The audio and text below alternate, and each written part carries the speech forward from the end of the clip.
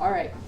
So we're gonna start off with like your earlier life. Can you tell me about like your early years, how you started growing up and stuff? Sure. So I'm originally from Eastern North Carolina, which is a poor rural area from Lenoir County. It's a Tier 1 economically distressed county and really has been for a number of years. So I attended Lenoir County public schools. My mother had her first kid at 15. I've got two older brothers, and my father died when I was 3 months old. So my mom had three boys to raise in a poor area with not many opportunities, but what we did have was her love. And I remember her always being with us. So many times today I see when a young person has a child, they'll take the child to their parents, want their parents to raise us. But my mom was always there, and she always wanted more for me and my brothers, and I'm very thankful for that. When I graduated from high school, I like most young people, I didn't really know what I wanted to do. Was kind of scared of life. I didn't have any money to pay for college. Didn't know where to get it. Ended up going to school on a GI Bill and paying for it with Pell Grants and student loans. So when I got back, I went to Lenoir Community College and transferred to North Carolina State University. And later in life, I went back to school at Keenan Flagler Business School at the University of North Carolina. Okay. So while you were growing up in Eastern North Carolina, did you ever have like any role models that were involved in politics, or did that actually just stem later in life? So I never really had any interest in politics. I had what I'm going to say were role models for me, father figures that coached athletic teams or things that I was on. I was always drawn to them. And I had a friend who was dating a girl, and I used to cut their grass, the girl's grass, and her father became a very good friend to me, and he's actually one of the reasons that I went to NC State. He took me to my first NC State football game. He is in politics now. His name is Mac Doughty, and he's a county commissioner in Lenoir County. But I really didn't have a real interest in politics until about a decade ago, when a bill was introduced in the General Assembly that would have put my company out of business. And I had my life savings in there, so it was very scary. I remember laying in bed at night wondering how I was going to pay for my children's college, or I have three daughters, as you know. I was worried about weddings. I didn't know what we were going to do, and fear is a powerful motivator. So I had to learn all about the legislative process, how things really work, and learn to talk to lawmakers. But I always tell people that I wasn't really interested in politics, but politics were interested in me. Can you explain a little bit about the bill that would have affected your business, like what your business was? Sure. So I was in the dental industry, and we helped dentists open dental practices all around the country. So it started off as a small mom and pop business, a family-owned business, and over time we grew that. It wasn't my family. I worked there. And we sold it to a private equity firm, and I reinvested, and that's when we saw this dental bill come up. And we grew that company to over 240 locations in 40 states before selling it again at the end of 2015. So at the end of 2015, I started a new business with my old CEO, and we ended up selling that business. It was dental related also, at the same time that the existing senator, Senator Lewis Pate, he had just won re-election, and he announced that his health had deteriorated and he wouldn't be able to continue. So we had just sold a business. I had the time on my hands for the first time ever, and I was encouraged to throw my hat in the ring in the appointment process. So there were 6 individuals in that process, and out of the 6, I got a little over half of the vote on the first ballot, and the rest is history. So I was appointed to serve in the Senate on January 31st of 2019. What does your day-to-day look like now that you've been appointed? So that's really interesting. I did not know what to expect. You know, like most people, I read in the newspaper or I see on the news stories about dysfunction or people disagreeing. It's actually very collegial in the General Assembly and the Senate, regardless of someone's political party. There's a lot of good people up here who want to help our state and want to do what they believe is right, and sometimes they approach it differently, but they're good people nonetheless. So my day starts around 7 a.m. With meetings, usually breakfast meetings, and then depending upon the day and what's going on, we could have various committee meetings to discuss different topics, or I will have blocks of meetings in 10 to 15 minute increments, and I meet with people all day long. It's really, I wasn't prepared for that volume of meetings. I didn't know to expect it, but there's someone, I'm going to say in your face, but most people are nice, but you have someone demanding your time all day when you're here. Our General Assembly is a part-time legislature in theory. We should serve about 5 months one year and 2 the next. This year, our 5 months turned into about 10.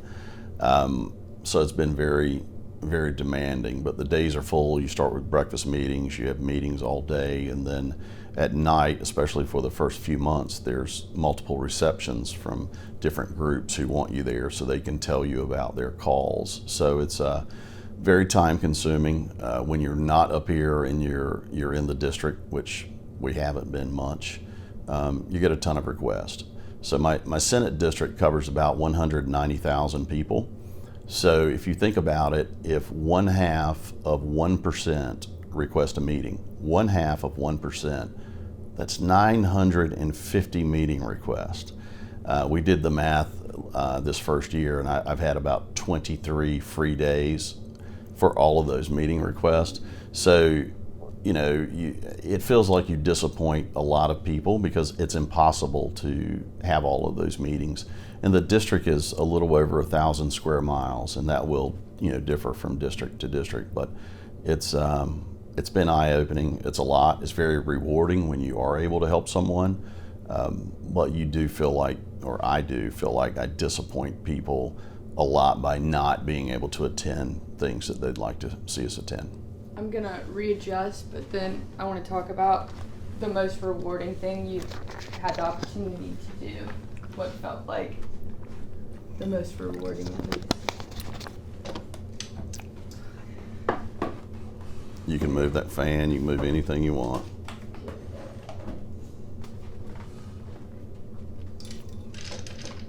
You want to go from the other side? You want me to go sit down there? I think I can. You want to bring the camera over here? This is good. I want to Okay. keep this in view. You want me to look over here? No, you're gonna still look at me. Okay. Because that's my. Gotta do my rule of thirds, Dad. What, am I taking up a third of the I don't really know what that actually means. third of the I just know screen? I'm doing it right. All right, it's still going. Okay, so talk about one of the most rewarding things that you've got to be a part of, whether that be a bill or just meeting someone. Whatever comes to mind with that.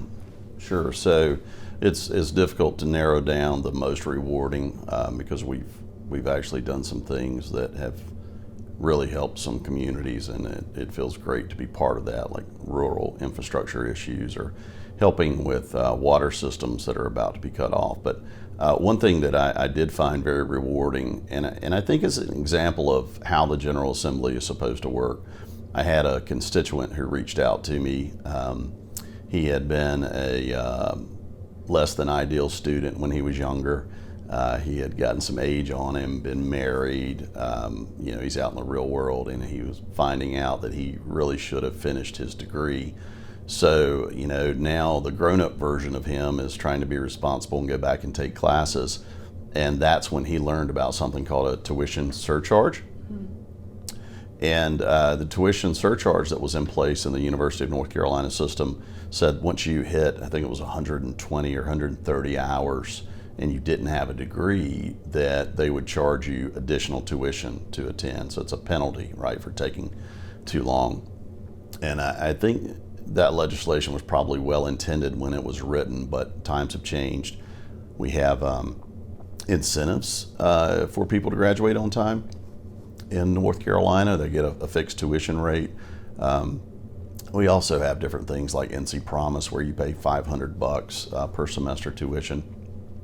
So much has changed in that environment, and he reached out and shared his hardship with me, and I did some research, met with the UNC system people, and looked into, who's being impacted by this. What's the outcomes today? And we found out that veterans were being really impacted.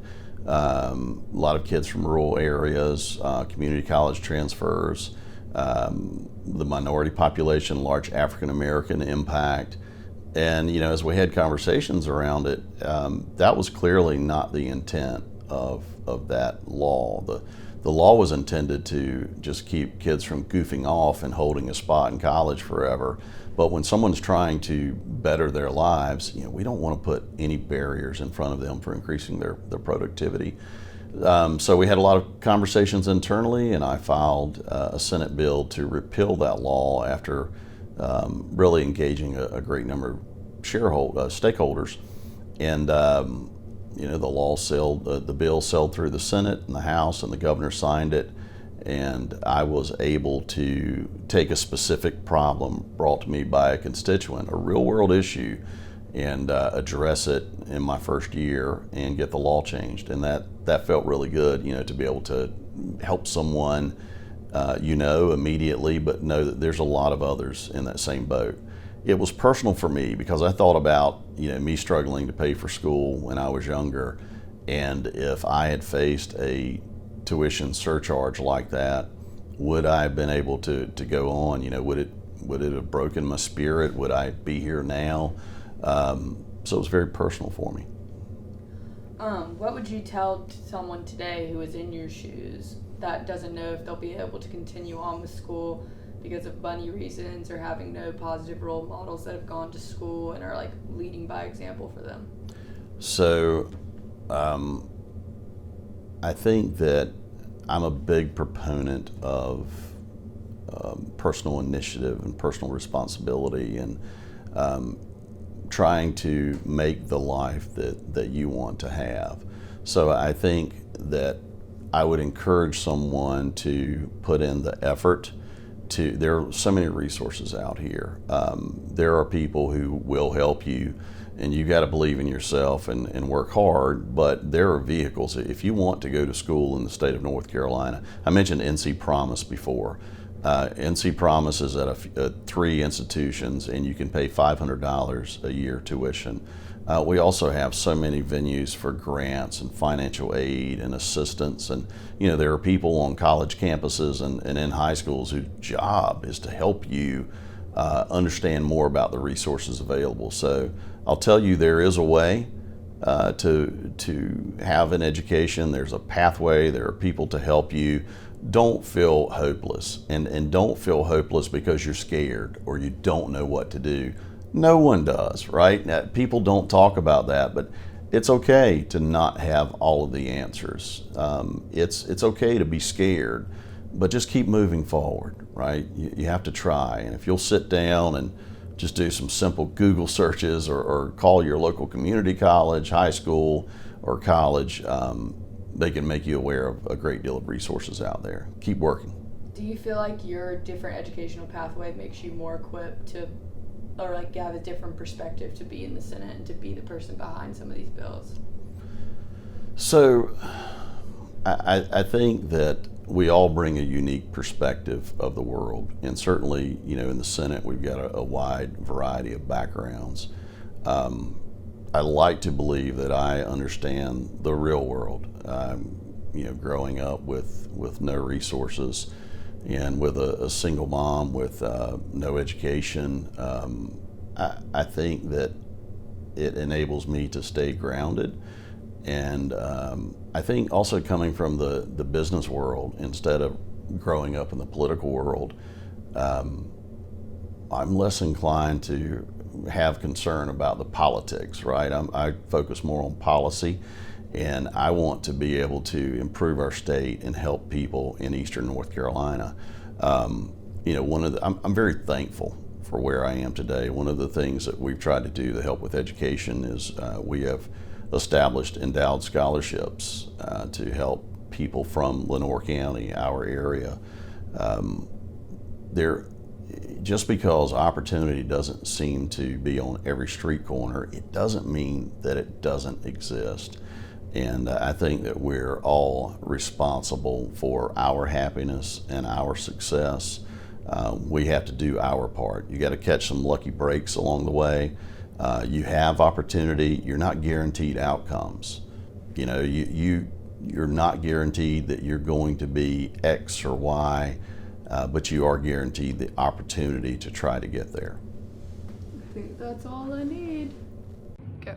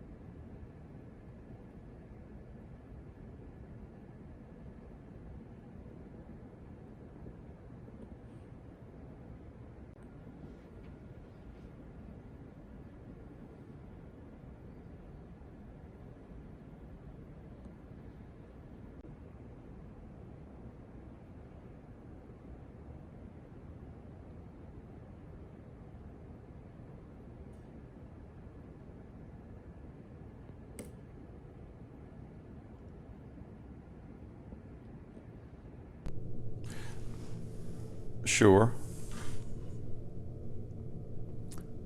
And when does he think that will take place? Right. We can try. I think maybe an hour after that would be easier, if that would work for your schedule. Okay.